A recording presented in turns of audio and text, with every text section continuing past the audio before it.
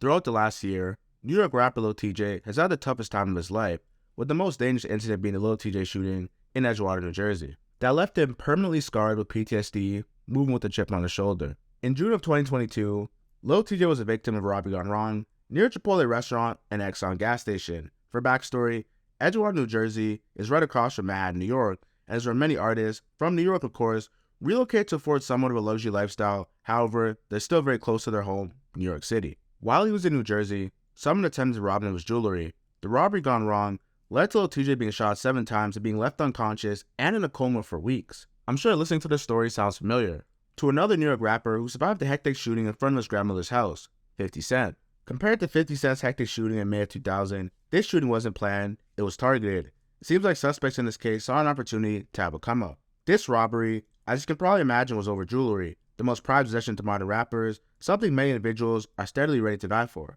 The only thing that was different about the situation, compared to the 50 Cent incident, was 50 Cent's shooting was before the fame, when he was deep in the streets, and his street beef caught up with him. This shooting actually shelved his debut album that was soon to release. For Lil Tjay, he was simply an out-of-town rapper that people thought was an easy lick. A whole 2 months after the shooting, Lil Tjay released his song Beating the Odds, addressing how he overcame being shot 7 times, his lungs clapping twice, and the fact he survived the incident is a blessing. A month after Beating the Odds was released, considering that 50 Cent and Lil Tjay both survived crazy shootings, they were both seen linking up, and 50 cleared the sample for Lil Tjay to make his own Many Men remix, which was only right considering 50 survived being shot 9 times, and Lil Tjay survived being shot 7 times. The Lil Tjay Many Men remix was hyped up due to the fact that fans perceived his remix would be on the caliber of 50 Cent's original Many Men from his Get Rich or Die Trying album in 2003. Fans were disappointed. The song didn't sound too good, and personally felt like Lil Tjay rushed his recovery too fast. He should have just waited longer for his body to properly heal so he would have a clear voice. Lil Tjay was one of those young rappers that came to the game at an early age with amazing music, from 2018 when he dropped Brothers, that was later remixed with Lil Durk and broke the internet. Tjay is one of the first rappers out of the Bronx to earn musical success at the young tender age of 17.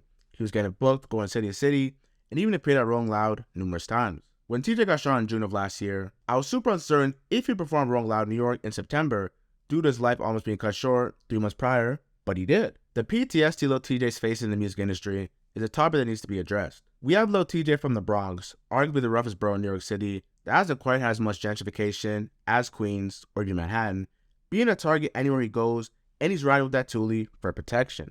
Hey, what's going on, y'all? It's your boy TJ, man. I'm just checking in with y'all. I just want to say thanks for the love, thanks for the support.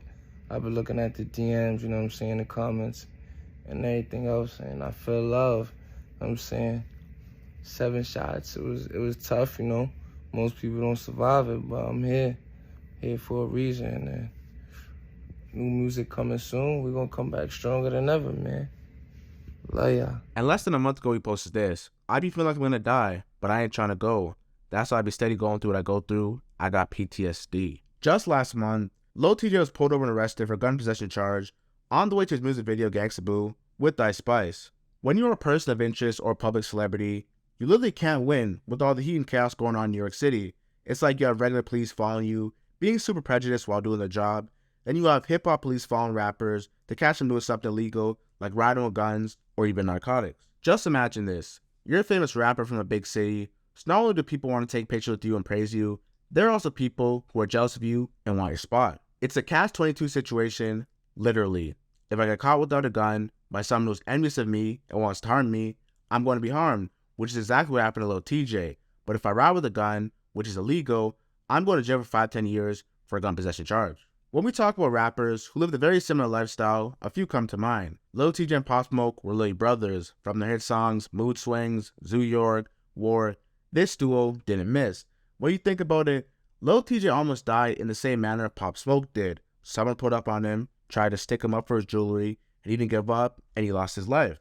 The same thing could literally be said about P&B Rock. He was out in LA with his girlfriend, a place where many successful artists, athletes, and entrepreneurs relocate once they start getting money and are established. When he was eating at Roscoe's Chicken and Waffles in South LA, a 17-year-old opportunistic boy tried to rob him, and it went left, and he killed him on the spot for jewelry, something that can be replaced.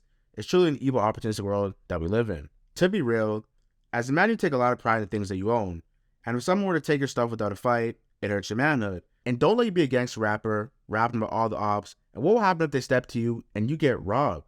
It's a conscious battle between ego versus self. Going on right now in Florida, we have the Exodus Tashawn murder trial. The 4 suspects who robbed at gunpoint for $50K are facing life in prison. They broke off $15K to each person and gave this one fat guy who stayed in the car $5K. Now that guy with $5K is cooperating and essentially railroading the whole trial, where the other 3 suspects will most likely be convicted, serving life sentences.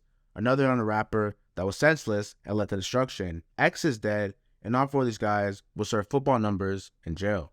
The same could be said about the Pop Smoke killers, who were teenagers basically. They took a legendary artist from us for a Rolex that was sold for $2,000. Like, what was the point of that? It's like the modern rappers is a new target for everyone. Modern rappers have been treated like drug kingpins, specifically down in Atlanta with the Young Thug YSL Rico trial. It's like everyone is tired of all the hatred and negativity that we have for each other, and the prejudice behavior that the court has for rap as a genre, and rappers like Young Thug, who's facing 20 years to life in prison if he gets evicted for 1 out of his 8 charges in his YSL Rico trial that has begun almost 2 months ago, with zero progress being made as nobody wants to be a part of the jury pool. A lot of these rappers who grew up in inner cities in America have experienced real life grief coming up. In almost every song, Lil Tjay shouts his man Spelly, who actually passed away due to being stabbed when they were kids. And for him to come face to face with death and overcome it, it was truly not a body experience and a blessing.